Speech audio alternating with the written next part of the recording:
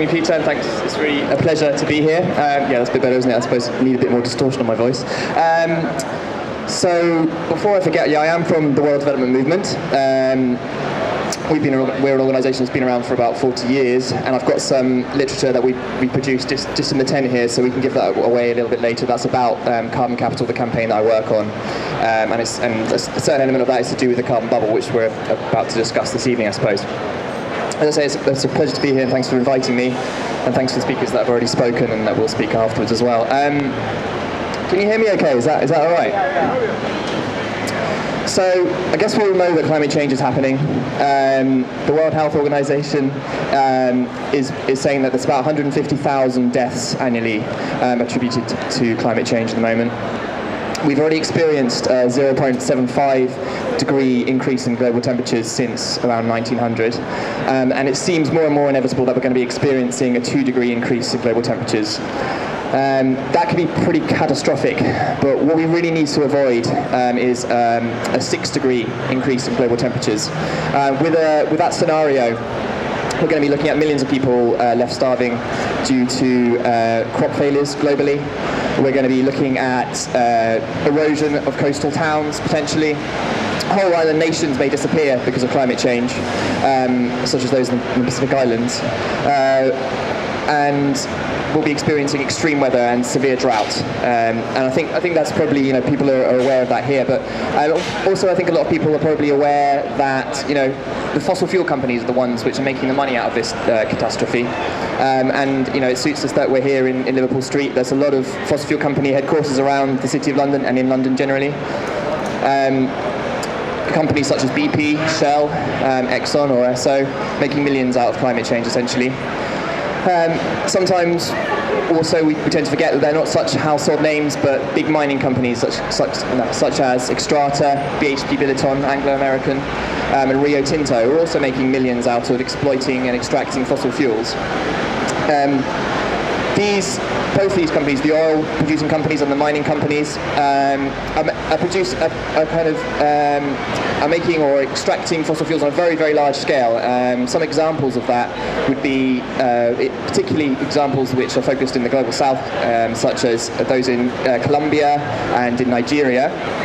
At the World Development Movement, we're particularly interested in the direct effect of these projects on local people in the global south and the developing world. So, for instance, in Colombia, there's a massive coal mine called the Cerrejón coal mine, which is about 70,000 hectares wide, I suppose, and it's displaced countless communities in Colombia, and they're not being displaced nicely. They're not being found relocation areas to relocate, and also, which is the thing that's so often the case with these projects, these massive extraction projects, they're not actually benefiting the local economy or the local people at all, even on a kind of wider scale, even on a countrywide scale. So all the coal that is being extracted at the Cerrejón coal mine in the northeast region of Colombia, in La Guajira, is actually being taken to the UK, to the US, and to Europe. So it's the developed world, it's the minority world, essentially, that's benefiting from these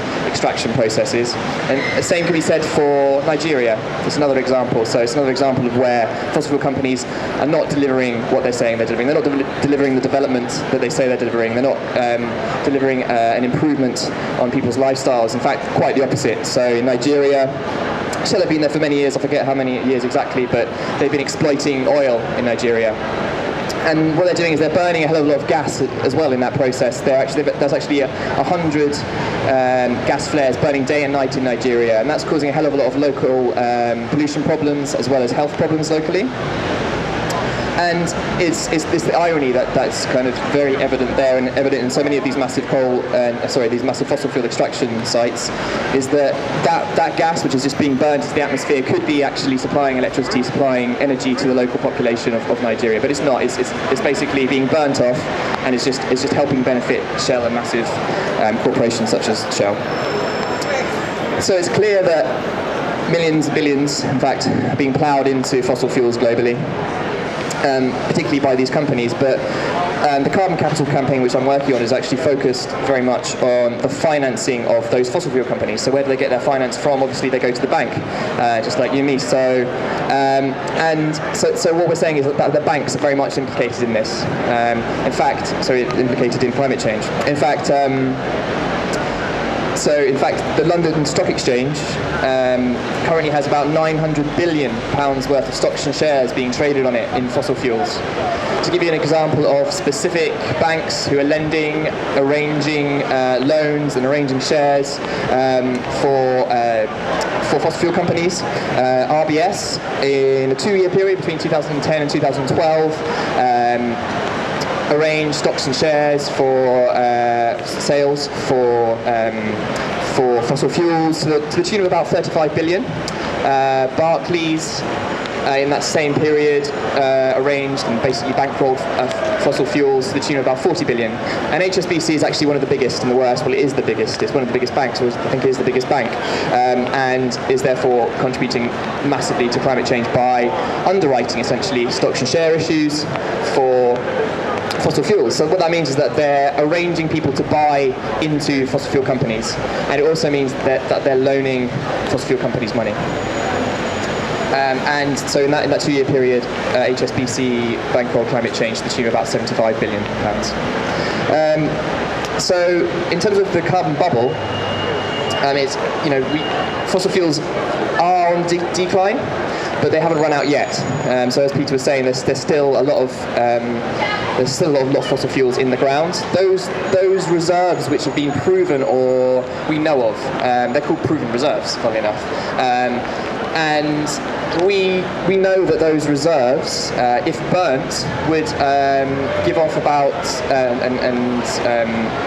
Peter's already said that tonight. I think it is 2,800 roughly gigatons of CO2 if they were burnt. So to put that into perspective, that is our entire global fossil CO2 emissions in just 1 year in 2011 was 38 gigatons. So I haven't actually done the maths, but compared to 2,800 gigatons of CO2, that's a hell of a lot. So obviously we need to avoid burning those fossil fuels, and we hope we will do.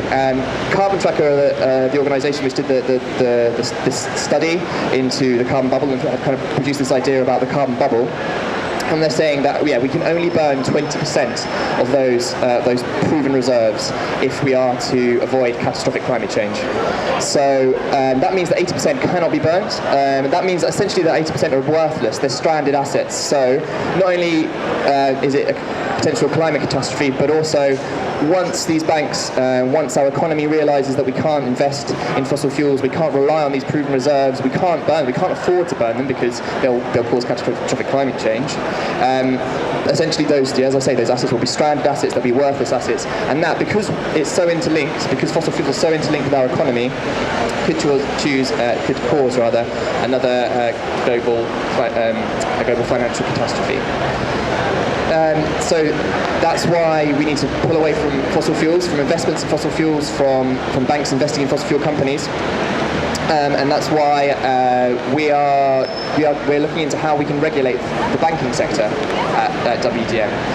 We're asking people to help us and join us with our campaign. We're asking people to join in with other campaigns like it, move your money out of very highly polluting banks such as HSBC, and work together to move away from a high fossil fuel economy, essentially. So, thank you. Yay! Okay, so